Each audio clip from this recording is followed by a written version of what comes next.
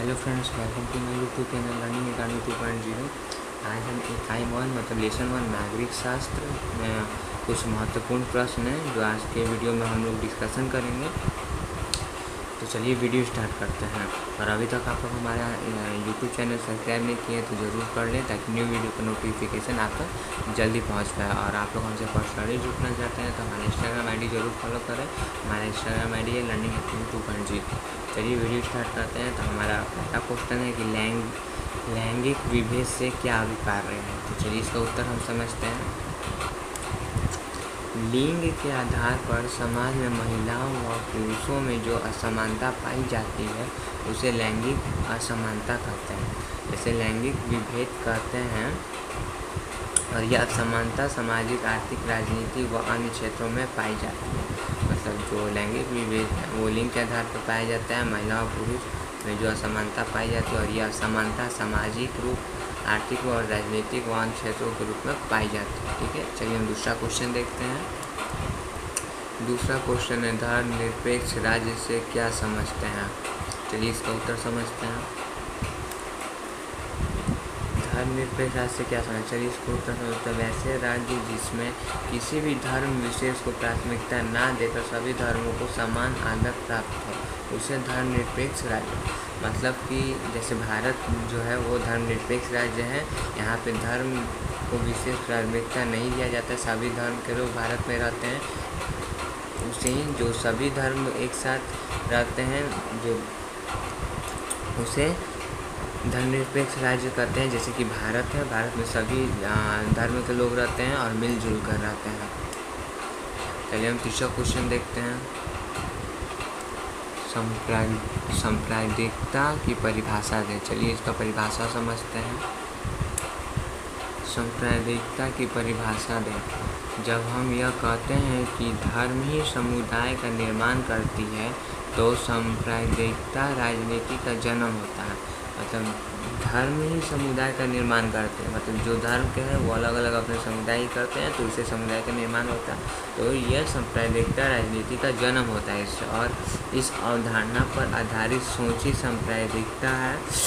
इसके अनुसार एक धर्म विशेष में आस्था रखने वाले एक ही समुदाय के होते हैं। मतलब कि एक धर्म के विशेष जो हैं जो विशेष में ये आस्था रखते हैं, एक धर्म के मतलब जो धर्म है उसमें विशेष आस्था रखते हैं वो एक ही समुदाय के होते हैं। मतलब अलग अलग धर्म के अलग अलग समुदाय होते हैं और उनके मौलिक तथा महत्वपूर्ण हित एक ही जैसे होते हैं। ठीक है, चलिए हम चौथा क्वेश्चन देखते हैं।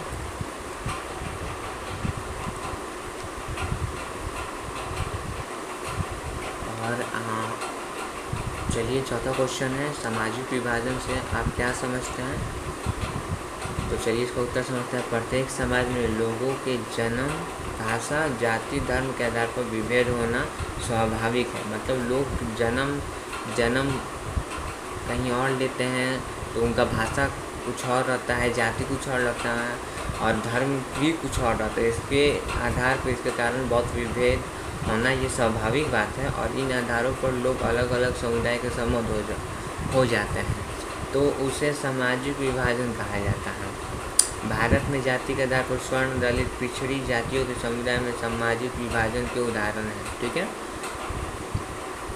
चलिए हम 5th नंबर क्वेश्चन देखते हैं। और भी हमारे चैनल पे इससे रिलेटेड बहुत सारा सब्जेक्ट है, ज्योग्राफी का, हिस्ट्री का है जो हम लाइव भी आप लोगों को करवाते हैं और वीडियो भी अपलोड करवाते हैं। आप लोग ज़रूर जाके देखें। वो इम्पॉर्टेंट है जो कि 10th एग्जाम में फाइनल में पूछता है। 5th नंबर क्वेश्चन है लोकतांत्रिक व्यवस्थाएं किस प्रकार अनेक तरह के सामाजिक विभाजनों को संभालती है, उदाहरण के साथ बताओ। चलिए इसका उत्तर देखते हैं। समानता और स्वतंत्रता लोकतंत्र के दो आधार होते हैं। तो जो समानता और स्वतंत्रता वो लोकतंत्र के दो आधार है। समानता का सिद्धांत जाति, धर्म, वंश, लिंग, भाषा, क्षेत्र जैसे किसी भी आधार पर व्यक्ति के विभेद को अस्वीकार करता है। ठीक है, मतलब समानता का जो सिद्धांत हो जाति, धर्म, वंश, लिंग, भाषा, क्षेत्र जैसे किसी भी आधार पर व्यक्ति को ये विभेद को ये अस्वीकार करता है। स्वतंत्रता के अंतर्गत सभी व्यक्तियों को समान स्वतंत्रता प्रदान की जाती है। तो जो स्वतंत्रता है उसके अंतर्गत सभी व्यक्तियों को समान स्वतंत्रता प्राप्त की जाती है, इसमें कोई भेदभाव नहीं होता, और जिसमें भाषण एवं अभिव्यक्ति, संघ संगठन बनाने, पेशा व्यवसाय चुनने, मताधिकार आदि शामिल होता है। ठीक है, तो अगर ये फर्स्ट क्वेश्चन में आपको 1 से लेकर जो अभी तक हम लोग 5 क्वेश्चन समझे, जो कोई डाउट हुआ हो तो आप हमारे यूट्यूब चैनल पे पूछ सकते हैं या हमसे इंस्टाग्राम आईडी फॉलो करके पूछ सकते हैं। चलिए हम नेक्स्ट क्वेश्चन देखते हैं। 6 नंबर क्वेश्चन है, किन्हीं दो प्रावधानों का जिक्र करें जो भारत को धर्मनिरपेक्ष देश, मतलब इसमें दो प्रावधान का जिक्र करना है जो भारत को धर्मनिरपेक्ष देश बनाता है। तो चलिए इसका उत्तर समझते हैं हम। भारतीय संविधान की प्रस्तावना में संविधान संशोधन द्वारा भारत को धर्मनिरपेक्ष राज्य घोषित किया है। पहला, भारतीय संविधान की प्रस्तावना है, उसमें संविधान संशोधन द्वारा भारत को धर्मनिरपेक्ष राज्य घोषित किया गया। और दूसरा जो है, संविधान में इस बात को स्पष्ट उल्लेख कर दिया गया है कि भारत का कोई अपना धर्म नहीं है। ठीक है, एक बार हम फिर से बता, संविधान में ये स्पष्ट लिखा हुआ है कि भारत का कोई अपना धर्म नहीं है। ठीक है, चलिए हम 7 नंबर क्वेश्चन देखते हैं। यहाँ थोड़ा मिस्टेक हो गया है गाइस। चलिए 7 क्वेश्चन देखते हैं। 7 नंबर क्वेश्चन है, मैं पढ़ देता हूँ। भाषा नीति क्या है, इसके बारे में हम चलिए इसका उत्तर समझते हैं तो हमें समझ में आएगी। भाषा नीति क्या है? भारत वास्तव में विविधतापूर्ण देश है जहाँ 144 से अधिक प्रमुख भाषाओं का प्रयोग होता है। और ये इम्पोर्टेंट है कि भारत में 114 से अधिक प्रमुख भाषाओं का प्रयोग होता है। इसमें इन सभी भाषाओं के प्रति आदर होना चाहिए। ये सब मिलकर हमारी भाषाई विरासत को समृद्ध बनाते हैं तथा उन्हें साथ विकसित होने में मदद करते हैं। अतः प्रमुख भाषाओं को समाहित करने की नीति ने राष्ट्रीय एकता को मजबूत किया है। ठीक है, और भारतीय संविधान में ये प्रमुख भाषाओं को समाहित किया गया, मतलब हमारा जो भारतीय संविधान है उसमें जितने लैंग्वेज हो वो सब उसमें समाहित लिखा भी गया है। और उसमें आर्टिकल भी है कि कौन सा आर्टिकल में कौन सा लैंग्वेज है, ये सब हमारे भारतीय संविधान में लिखा गया है। चलिए जैसा हम समझ लेते हैं, जैसे कि हिंदी, अंग्रेजी, बंगला, तेलुगु, कन्नड़ आदि ये सब भाषा नीति हैं, इसे अपनाकर राष्ट्रीय एकता को सबल बनाया गया है। ठीक है, चलिए नेक्स्ट क्वेश्चन देखते हैं हम। 8 नंबर क्वेश्चन है, भारत को गणतंत्र क्यों कहा जाता है? ठीक है, चलिए इसका उत्तर हम समझते हैं कि भारत को गणतंत्र क्यों कहा जाता है। भारत ने 26 जनवरी 1950 ईस्वी को सर्वनिर्मित संविधान को अंगीकार एवं स्वीकार किया, जिसमें नागरिकों के मूलभूत अधिकार को सुरक्षित रखने पर बल दिया गया। मतलब भारत ने 26 जनवरी 1950 ईस्वी को सर्वनिर्मित संविधान का अंगीकार एवं स्वीकार किया, जिसमें नागरिक के मूलभूत मतलब नागरिक के जितने अधिकार थे, मतलब जो मूलभूत अधिकार थे उसे सुरक्षित रखने पर बल दिया गया। अतः भारत को गणतंत्र कहा जाता है, इसलिए भारत को गणतंत्र कहा जाता है। चलिए 9 नंबर क्वेश्चन देखते हैं। भारतीय संविधान के अनुच्छेद 90 के विषय में लिखे, मतलब इसमें संविधान के जो अनुच्छेद 90 आर्टिकल 90 उसके विषय में लिखा है। तो चलिए इसका उत्तर देखते हैं।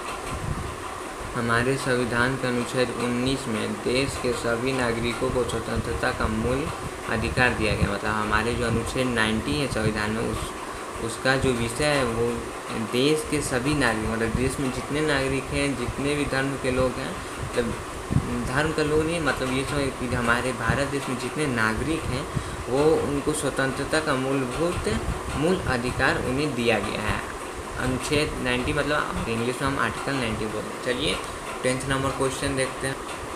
संघात्मक शासक व्यवस्था में लिखित संविधान क्यों आवश्यक है? क्वेश्चन 10 नंबर के संघात्मक शासक व्यवस्था में लिखित संविधान क्यों आवश्यक है? चलिए इसका उत्तर समझते हैं। संघात्मक शासन व्यवस्था में लिखित संविधान आवश्यक है।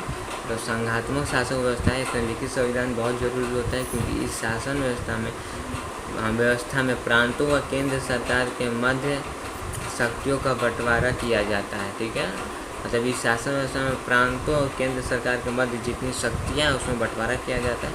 शक्तियों का बंटवारा संविधान द्वारा ही किया जाता है। यदि संविधान लिखित नहीं होगा अगर इस या हम ये भी तो अगर संविधान लिखित नहीं होता तो शक्तियों का बंटवारा स्पष्ट रूप से सुनिश्चित नहीं होगा तो केंद्र व प्रांतों के मध्य अधिक विवाद उत्पन्न हो जाएगा। ठीक है, अगर इसमें आपको कुछ डाउट हुआ तो आप हमारे कमेंट बॉक्स में पूछ सकते हैं। चलिए हम नेक्स्ट 11th नंबर क्वेश्चन देखते हैं।